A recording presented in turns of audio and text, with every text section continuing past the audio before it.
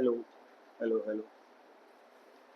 हाँ, आज हम पुली के 3 केस पढ़ने वाले हैं। हमारे पास 3 तरह से पुली बन सकती हैं। उनमें 2 पार्ट हैं। एक तो स्ट्रिंग कंस्ट्रेंट होता है। चलो आज पहले स्ट्रिंग कंस्ट्रेंट की बात करते हैं, ठीक है। स्ट्रिंग कंस्ट्रेंट क्या होता है? देखो, जो पहला पुली का केस होता है, ठीक है ना, जो पहला पुली का केस होता है, मैं उसको ऐसे बोल देता हूँ। चलो मैं लिख देता हूँ यहाँ पर, this is the first case of pulley, ठीक है। अब इसकी पहचान क्या होती है? इसमें देखो, जो मिडल स्ट्रिंग है ये वाली कैसी होती है? फिक्स्ड होती है। और जो साइड स्ट्रिंग्स होती हैं वो मूवेबल होती हैं। जो साइड स्ट्रिंग्स होती हैं वो कैसी होती हैं? मूवेबल होती हैं। तो इसमें वेलोसिटी का रिलेशन देखना है। अच्छा, 2 चीजें ध्यान रखना। पहला पॉइंट क्या बताया मैंने? एक तो लेंथ ऑफ द स्ट्रिंग जो है वो फिक्स्ड होनी चाहिए। Total length of the string कैसी होनी चाहिए? फिक्स्ड होना चाहिए। हम वेलोसिटी लें या एक्सेलरेशन लें, कोई भी कंपोनेंट अगर लेते हैं वेलोसिटी का, एक्सेलरेशन का, that should be in the direction, that should be along the string बोलना चाहिए, that should be in along the string होना चाहिए, ठीक है। तो अब देखो जरा यहाँ पर क्या होगा। ये वाली लेंथ अभी हमारे पास कितनी है? ये वाली लेंथ कितनी है? x है। यहाँ से देखो, ये वाली लेंथ हमारे पास कितनी है? y है। और ये वाली जो मैं मार्क कर रहा हूँ, देखो ये तो फिक्स ही रहनी है, पुली के ऊपर रहनी है, तो ये वाली कैसी रहनी है? फिक्स रहनी है, ठीक है। तो मेरे पास टोटल लेंथ जो आएगी वो आएगा x plus Y, equal to, चलो मैंने बोल दिया this is equal to L, है ना। है तो ये भी लेंथ ऑफ द स्ट्रिंग ही है, लेकिन ये वाली चेंज नहीं होगी क्योंकि हमेशा पुली के ऊपर उतना स्ट्रिंग तो रहेगा रहेगा, ठीक है। अच्छा, इसको डेरिवेट करते हैं जरा विद रिस्पेक्ट टू टाइम। तो यहाँ पर हमारा डी एक्स अपॉन क्या आएगा? D T. यहाँ पर हमारे पास डी वाई अपॉन क्या आएगा? डी टी आएगा। और this is equal to constant है, कांस्टेंट का डेरिवेटिव क्या होता है? 0 होता है, ठीक है। हम मान के चलते हैं, चलो ये स्ट्रिंग जो है वो ऊपर जाने वाली है, ये स्ट्रिंग जो है वो नीचे जाने वाली है, ठीक है। अगर ये स्ट्रिंग ऊपर जाएगी तो मैं बोलूंगा वेलोसिटी ऑफ ए ऊपर की तरफ है, और यहाँ बोलूंगा वेलोसिटी ऑफ बी नीचे की तरफ है, ठीक है। बी नीचे जाएगा तो ए कहाँ जाएगा? ऊपर जाएगा। अब एक बात बताओ जरा, हमने डिस्प्लेसमेंट अपॉन टाइम पढ़ा था ना, D x upon D T velocity होता है, D x upon D T velocity है, ठीक है। लेकिन ये वाली जब ये ऊपर जाएगा तो x क्या होगा? डिक्रीज होगा। x क्या होगा? डिक्रीज होगा। तो x डिक्रीज होगा यहाँ पर, ठीक है। तो मुझे क्या लिखना चाहिए? D x by D T को मैं क्या लिख सकता हूँ फिर? माइनस वी ए लिख सकता हूँ, ठीक है। क्योंकि यहाँ पर D x by D T क्या होगा? डिक्रीज होगा विद टाइम। और यहाँ पर ये नीचे की तरफ आएगी, जब ये नीचे की तरफ आएगा तो y हमारा बढ़ जाएगा। तो इसको मैं लिख देता हूँ D Y by D T increase हो रहा है, ठीक है। दिस इज इंक्रीजिंग है। और ये वाला हमारा कैसा था? x कैसा है? डिक्रीजिंग है। तो इसको मैं लिख देता हूँ वी बी है, ठीक है। This is velocity of B. तो यहाँ मार्क कर देते हैं जरा। तो यहाँ पर हमारे पास माइनस का वी ए और यहाँ पर वी बी इक्वल टू क्या आएगा? 0 आएगा। तो एक बात समझ में आ गई, velocity of A velocity of B दोनों बराबर होंगे। अगर इनको डेरिवेट करोगे अपॉन डी टी, यहाँ पर डी वी बी अपॉन क्या करेंगे? डी टी करेंगे तो मुझको एक्सेलरेशन भी मिल जाएगा। तो एक्सेलरेशन ए का और एक्सेलरेशन बी का दोनों कैसा होगा? बराबर होगा। एक ही स्ट्रिंग से कनेक्टेड हैं, तो एक अगर नीचे जिस स्पीड से नीचे जाएगा उसी दूसरा उसी स्पीड से क्या होगा? ऊपर जाएगा, ठीक है। तो फर्स्ट वाले में जो फर्स्ट केस ऑफ पुली है, इसकी पहचान क्या है? मिडल स्ट्रिंग कैसी होनी चाहिए? फिक्स होनी चाहिए। दोनों एंड्स जो होनी चाहिए दैट विल बी मूवेबल होनी चाहिए, ठीक है। तो उसका रिजल्ट याद रखेंगे। रिजल्ट क्या होता है? एक वी ए और वी बी, और यहाँ पर एक्सेलरेशन ए का और एक्सेलरेशन बी का दोनों कैसे होनी चाहिए? बराबर होनी चाहिए। पर दोनों का डायरेक्शन कैसा होगा? अपोजिट होगा। पर दोनों का डायरेक्शन कैसा होगा? अपोजिट होगा, ठीक है। अच्छा, एक चीज और है, टेंशन। अगर लेंथ, अगर एक ही टेंशन है, अगर एक ही स्ट्रिंग है, यहाँ से यहाँ तक देखो एक ही स्ट्रिंग है, तो इसमें टेंशन भी कैसा रहेगा? सेम रहेगा। मार्क करने का तरीका, tension away from the body याद रखो। जैसे ब्लॉक ए है तो इससे अवे मार्क करना है, तो यहाँ टी आएगा। ये पुली है, पुली से अवे मार्क करना है टी, यहाँ भी अवे मार्क करना है टी, और यहाँ पर भी क्या मार्क करना है? टी मार्क करना है। ये बात समझ में आ गई? तो ये हमारा फर्स्ट केस हमने पुली का पढ़ा। तो इस पे एक एग्जाम्पल देख लेते हैं।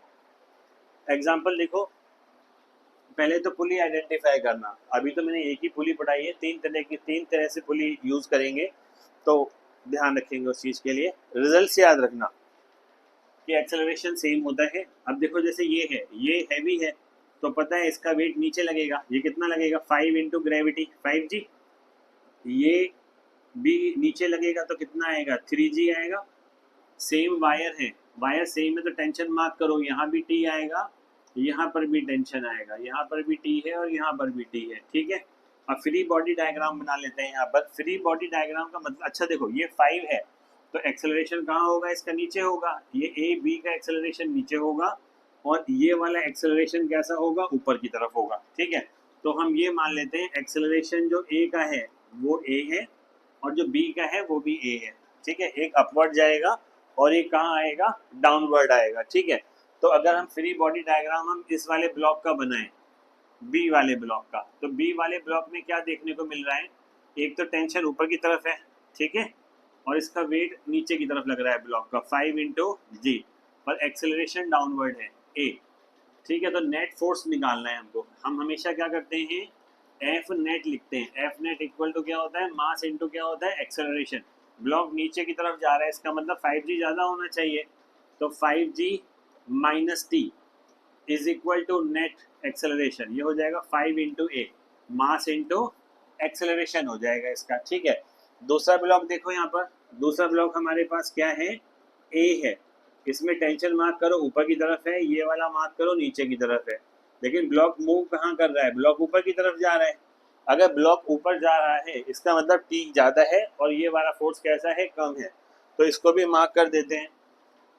तो लिखा टी माइनस क्या लिखा, 3g equal to mass into क्या लिखेंगे, एक्सेलरेशन। ये सेकेंड इक्वेशन आ गई।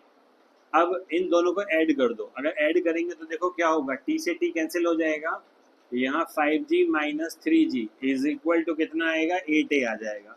तो यहाँ पर 2g की वैल्यू 10 ले लेते हैं ना, g की जो वैल्यू ले लेते हैं 10 मीटर पर सेकेंड स्क्वायर ले लेते हैं, तो यहाँ पर कितना आएगा हमारे पास, यहाँ हमारे पास आएगा 10, this is equal to 8a, तो a मिल जाएगा हमको 20 अपॉन 8, 4 2 ज़ा 8, 4 5 ज़ा, तो यहाँ से 2.5 metre per second square, this is equal to a आ गया, ठीक है। अगर टेंशन निकालना है तो इसमें किसी में भी एक में वैल्यू पुट कर देंगे। अब मैं फर्स्ट इक्वेशन में वैल्यू पुट कर देता हूँ, पुटिंग इन इक्वेशन नंबर 1। अगर इक्वेशन नंबर 1 में पुट करेंगे तो 5 इंटू 10 माइनस टी और 5 इंटू 2.5 आएगा, ठीक है। कितना हो जाएगा, 25 10 और 12 ये आएगा, यहाँ पर 50 माइनस टी आएगा, तो टी जो आएगा वो हमारा 50 माइनस 12.5 आ जाएगा। तो टेंशन जो भी फोर्स आएगा वो किस में आएगा, न्यूटन में आएगा, जो भी फोर्स आएगा किस में आएगा, न्यूटन में आएगा। ये वाली बात सबको समझ में आ गई। सबसे सिंपल एग्जांपल था ये फर्स्ट केस पुली का। दूसरा वाला देखो, मैंने क्या बताया, दो स्ट्रिंग कंस्ट्रेंट बताए, पॉइंट ध्यान से सुनना। पहला, total length of the string कैसी होनी चाहिए, कांस्टेंट होना चाहिए, और एक्सेलरेशन या वेलोसिटी जो भी लेंगे वो अलोंग द स्ट्रिंग होना चाहिए। अलोंग द स्ट्रिंग देखो जरा, यहाँ एक्सेलरेशन नीचे की तरफ जा रहा है तो ये अलोंग द स्ट्रिंग ही है ना, ठीक है। अब देखो जैसे ये वाला ब्लॉक है, अब मुझे इनकी वेलोसिटी बतानी है। अब ये वाले ब्लॉक को आप इधर खींच रहे हो तो ये वाली बात तो पक्की है कि ये वाला ब्लॉक कहाँ जाना है, ऊपर जाना है। किस वेलोसिटी से जाना है, मैंने बोला va वेलोसिटी से ऊपर जाएगा, ठीक है। टेंशन मार्क कर देते हैं, चलो यहाँ t है, away from the body, away from the pulley, away from the block, ये हो गया टेंशन मार्क हमारे पास। अब ये वाली जो वेलोसिटी का देखो, ये वाली जो वेलोसिटी है वो अलोंग द स्ट्रिंग है, ये वाली जो बहुत इंपॉर्टेंट पॉइंट है, ये वाली वेलोसिटी कहाँ है, अलोंग द स्ट्रिंग है, पर ये वाली वेलोसिटी स्ट्रिंग की डायरेक्शन में नहीं है। तो मुझे क्या करना है, इसको तोड़ना पड़ेगा। तो तोड़ने का तरीका देखो, इसको क्या लगाएंगे, तोड़ने का तरीका देखो क्या लगाएंगे, मैं इसको आगे की तरफ खींच देता हूँ ऐसे। अगर ये थीटा है तो ये वाला भी कितना हो जाएगा, थीटा हो जाएगा, ये वाला भी थीटा हो जाएगा। तो इसको मार्क कर दो। अब जरा इसको मार्क कर दो, इसके दो कंपोनेंट मार्क कर देते हैं, ठीक है। दो कंपोनेंट कैसे मार्क करें, ये जो कंपोनेंट है VB, तो यहाँ पर कितना आएगा, VB cos थीटा आ जाएगा, और एक इसके परपेंडिकुलर मार्क करना है। परपेंडिकुलर करेंगे तो VB कितना आएगा, साइन थीटा आएगा, VB कितना आएगा, साइन थीटा। ये ठीक है। ये कौन सा केस था हमारा पुली का, फर्स्ट केस था पुली का, ठीक है, फर्स्ट टाइप है पुली का। तो मैंने कहा दोनों फ्री जो एंड्स हैं स्ट्रिंग के, दोनों में डायरेक्शन ऑफ एक्सेलरेशन कैसा होना चाहिए, सेम होना चाहिए। मैंने कहा दोनों में जो एक्सेलरेशन लेंगे वो अलोंग द स्ट्रिंग लेंगे, जब वेलोसिटी लेंगे तो अलोंग द स्ट्रिंग लेंगे। अब देखो जरा, ये वाला कंपोनेंट स्ट्रिंग की डायरेक्शन में थोड़ी है, अलोंग द स्ट्रिंग में कौन सा आएगा, ये वाला आ जाएगा। स्ट्रिंग की डायरेक्शन में कौन सा है, वी बी कॉस थीटा, और ये तो है ही स्ट्रिंग की डायरेक्शन में। तो हमारे पास एक रिलेशन आ जाएगा, हमारे पास एक रिलेशन आ जाएगा। क्या आ जाएगा रिलेशन में हमारा, जो वी ए है, हम बोलेंगे दोनों तरफ का वेलोसिटी बराबर, दोनों तरफ का एक्सेलरेशन बराबर। तो ये वाला जो वेलोसिटी है, ये वाला इस वाली वेलोसिटी के बराबर डाल दो, तो यहाँ पर वी बी कितना आ जाएगा, कॉस थीटा। ठीक है, तो ये रिलेशन आ गया ए और बी में, मतलब ये इनकी वेलोसिटी होंगी। ठीक है, ये वाला कंपोनेंट स्ट्रिंग के अलोंग नहीं है, तो इसका कोई इफेक्ट इस पे नहीं पड़ेगा, इसका कोई इफेक्ट इस पे नहीं पड़ेगा। ये वाली बात समझ में आ गई। तो अभी हमने पढ़ा था, फर्स्ट केस पढ़ा था पुली का। ठीक है, नेक्स्ट वीडियो में जो है मैं सेकंड केस पढ़ाने वाला हूँ पुली का।